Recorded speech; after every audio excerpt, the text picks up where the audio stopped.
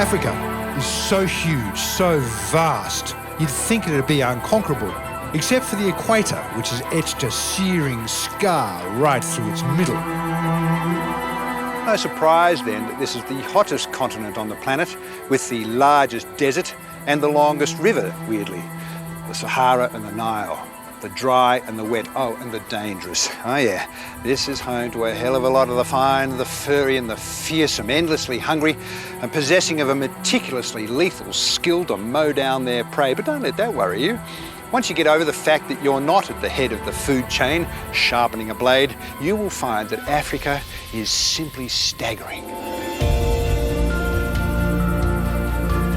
Scenic has a number of tours throughout Africa, and over the next 3 weeks we're fortunate to be embarking on their Victoria Falls and East Africa adventure. From Zimbabwe, north to Kenya and the world-famous Masai Mara, to Tanzania's Ngorongoro crater and the beauty and sweeping majesty of the Serengeti, this is set to be one of the journeys of a lifetime. And stop number 1 truly sets the scene for the extraordinary adventure ahead. Yeah.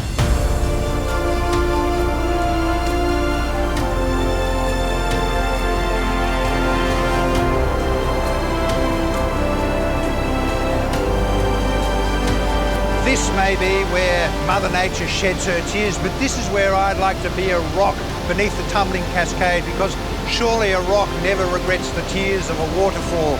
And these are the greatest on the planet. One of the 7 natural wonders of the world. The mist here rises half a cave and can be seen from 40 kilometres away. When the moon is bright enough and bounces off this mist, it causes a moonbow, a rainbow at night. And although these are known as the Victoria Falls, the locals call it something far more beautiful. Mozi wa Tunya, the smoke that thunders. Straddling the border between Zimbabwe and Zambia, the Victoria Falls are one of Mother Nature's most impressive creations. The first European to discover them, David Livingstone, described it as the most wonderful sight in all of Africa, with scenes so lovely they must have been gazed upon by angels in flight. I can't get the statistic right. Is it the world's largest waterfall? Well, in the world, we've got 3 major falls. Each one of them has got its own characteristics. Yeah. The Victoria Falls are considered to be the highest. Highest. The Niagara Falls are said to be giving out much volume of water. That's right. And we've got the Iguazu Falls, Yeah. which are the widest. The power and majesty of the mighty cascade transforms the otherwise placid Zambezi River into a mesmerising torrent. This is the Devil's Cataract Island. Devil's Cataract. And this is the Zambezi River. It is the Zambezi River. The width of this river from the Zimbabwean side to the Zambian side, it is about 2 kilometers. But once the water falls into the gorge, the 2-kilometer strip narrows down to something like 60 meters.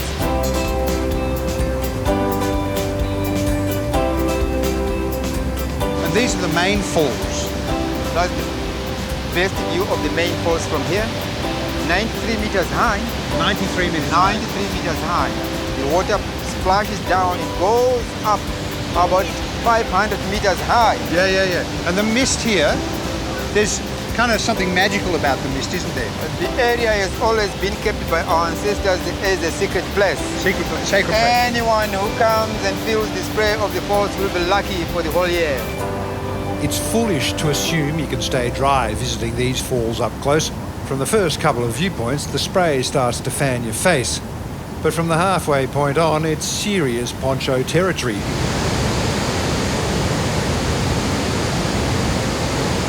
It's the danger point because if you get closer, you go. Yeah. And once you go for good. Yeah. All right, it's wet. I'm out of here. If you see the falls from the rim, you certainly get to feel the sheer might and magnificence, with the added bonus, I suppose, of having being baptised by the mist. You can see them from underneath, but that'd just be damn foolish. I suspect this is the ultimate way. The whir of helicopters can be heard all day long as tourists realise the best way to fully appreciate the magnitude of the falls is from up here. Wow, it is just as I thought. This is the angel's eye view. This is the ultimate vantage point. From here, the falls just look magnificent. It's really the only way you see the turbulence right down the bottom. It's from up here, isn't it? Yeah, from above it's so magical from above. Towering sheets of water as if falling from the sky, seemingly out of nowhere. This is surely one of the greatest sights on the planet. And just to top it off, a bloat of hippos wallowing nearby as we head into land.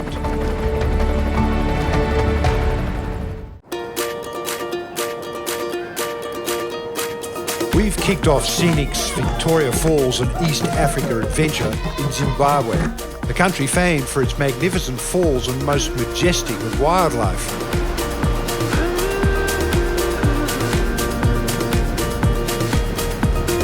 After viewing Victoria Falls from its many vantage points, this afternoon we're heading off on a Scenic Sundowners cruise.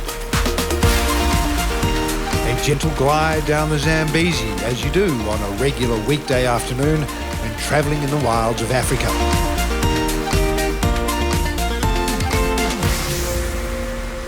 It's the kind of comment you save for the dinner party when the other guests are waffling on about their so extraordinary achievements, you know, billionaire status, share market success, romantic conquests.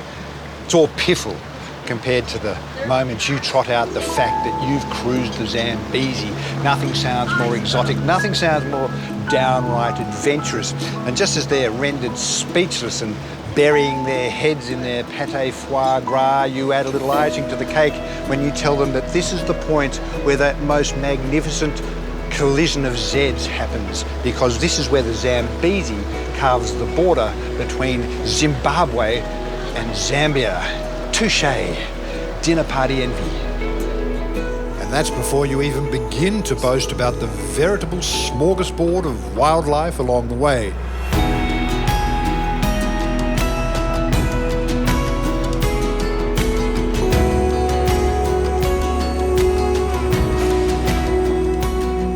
They prefer to stay in the shallow waters because they're not very good swimmers. They walk from the bottom.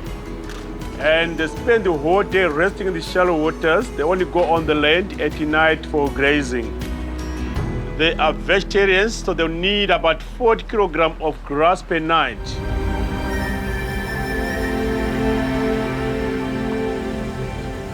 And as day slowly turns to night, we do indeed see them making their way to graze on land.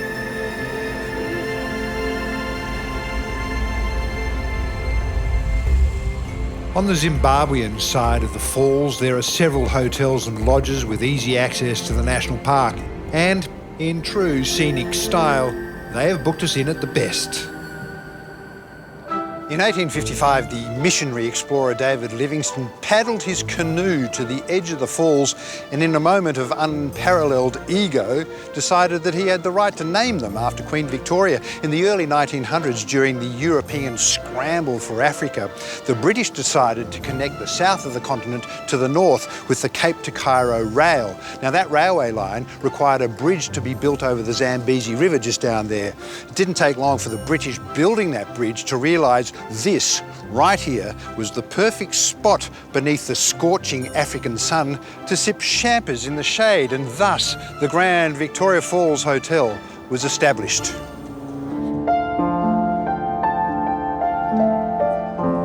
The grand old dame of the falls, as she's been referred to, retains much of that colonial era charm over a century on. His plan to penetrate the African continent with Christianity may not have been entirely successful, but Livingstone's name lives on here in the Livingstone dining room in the Victoria Falls Hotel, considered one of the world's most distinguished restaurants. Nowhere is the hotel's elegance and grandeur more evident than the Livingstone restaurant, regarded as setting the benchmark in African fine dining. This is your Scotch quail egg. Beautifully presented, looks appetizing. Please enjoy. Thank you very much. You're welcome.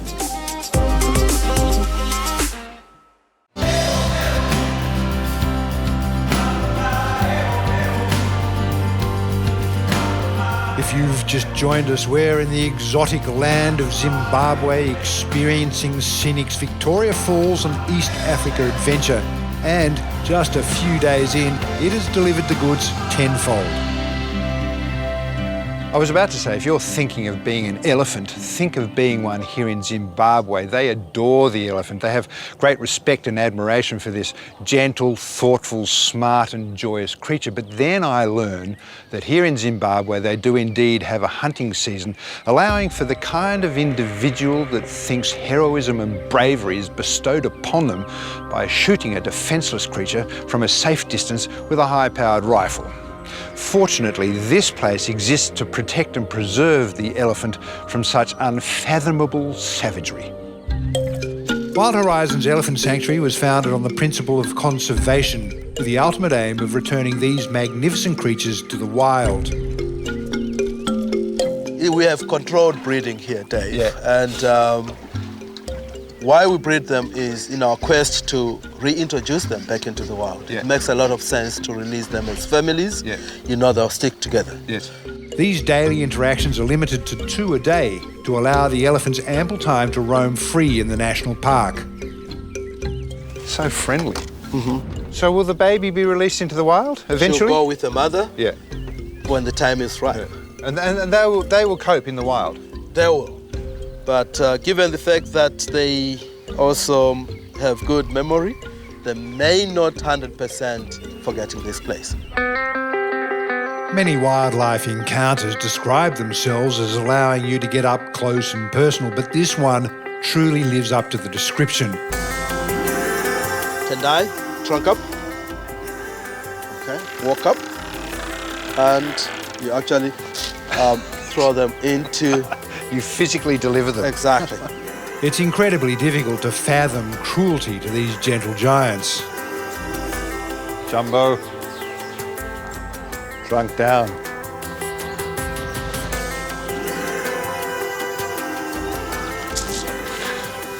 That's quite intimidating to see. A huge elephant's mouth coming at you.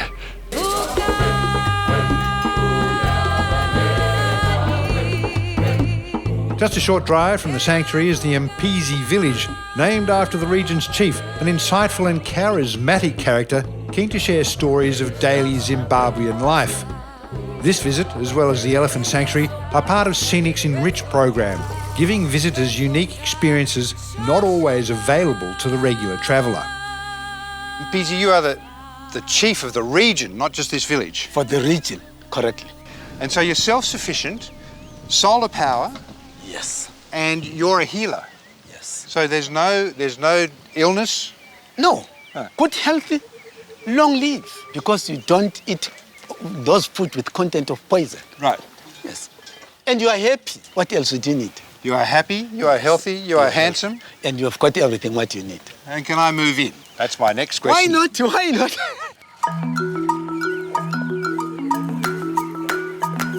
It's a modest lifestyle, but one that Mpezi is mighty proud of. This is girl's bedroom. Girl's bedroom? Yes.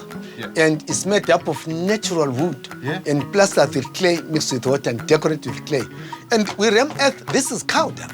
Oh, the floor is cow dung? It's cow dung. It's almost like concrete, isn't it? It's cow dung. And it's very cool. Mpezi himself is a good ad for the simple life. Now a sprightly 75-year-old, he's responsible for the governance of this region of around 5,000 people. Houses of stones.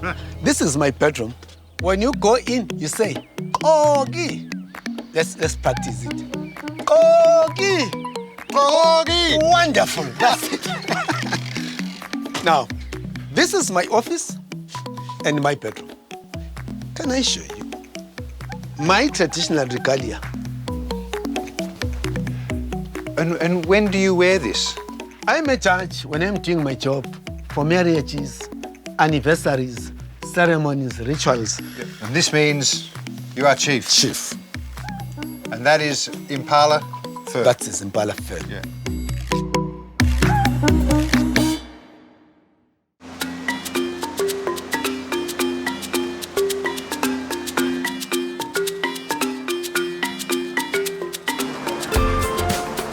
After a short drive from Zimbabwe, dodging wild dog and deer and the odd elephant or two, and having endured a somewhat manic and largely incomprehensible border crossing into Botswana, thankfully sweetened by our fabulous guides, this would seem to be the perfect antidote. This is the Chobe River in Botswana. Wow, don't these Africans know how to do a river?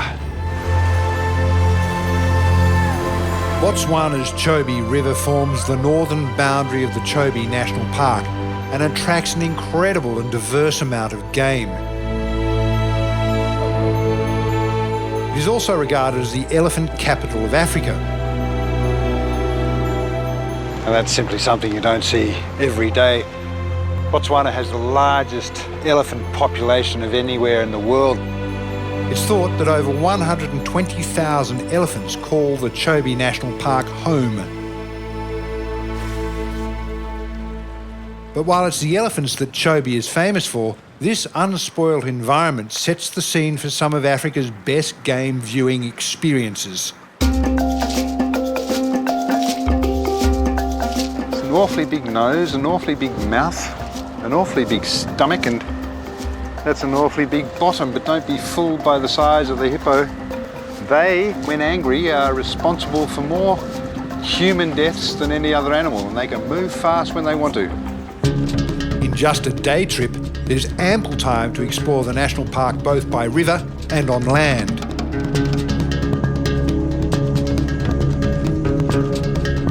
And while this area is home to all of the big five, the search for the predators is wonderfully overshadowed by these gentle giants. Mike, they're right here, Yeah. like 10 metres away. Totally unfazed. Always at peace with them. As long as our engines are off, they can get as close as you wouldn't think. Yeah. So they are now from the river to drinking water. So now they are heading back into the thicker bushes. That is where they sleep. Why are the elephants kicking the dirt? They are just trying to uproot as much grass as they can because per day they have to take about 350 kilograms of vegetation. 350 kilograms a day? Yeah, a day. As a tiny baby right in the middle of that herd. And what are those other ones? Impalas. Impalas? Impalas and warthogs. Everywhere you look out here, You see tracks. you see footprints and tracks. Yeah. And these birds? What are they? Those are the marabou storks or the undertakers. Being The called undertakers. undertakers because they're scavengers. Yeah. They eat the leftovers. Yeah. They are very, very important. It's more like they do clean the environment. Yeah.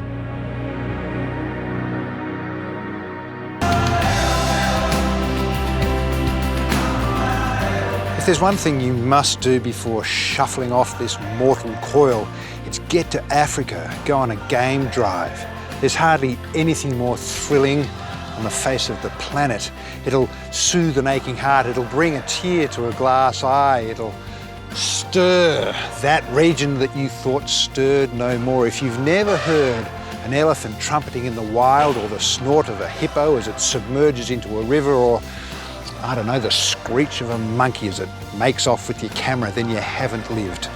What a perfect slice of African glory this has been.